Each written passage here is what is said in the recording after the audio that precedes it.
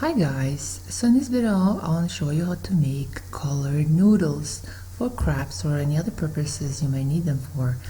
I used 1 cup of cold water and 1 small bottle of food coloring of your choice. You can find food coloring in most grocery stores. They're located by the baking section.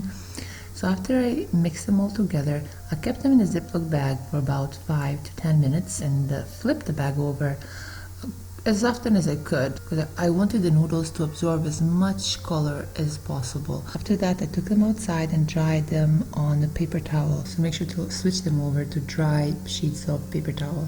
Generally, I use spray paint when it comes to noodles. When I use them for crafts, of course, because if you're gonna cook them and eat them, then no, do not use spray paint. However, if you are planning to use them for crafts, then I believe the best option is spray paint. But yesterday I ran out of spray paint in these particular colors and I had to improvise. So of course it's always good to find an alternative option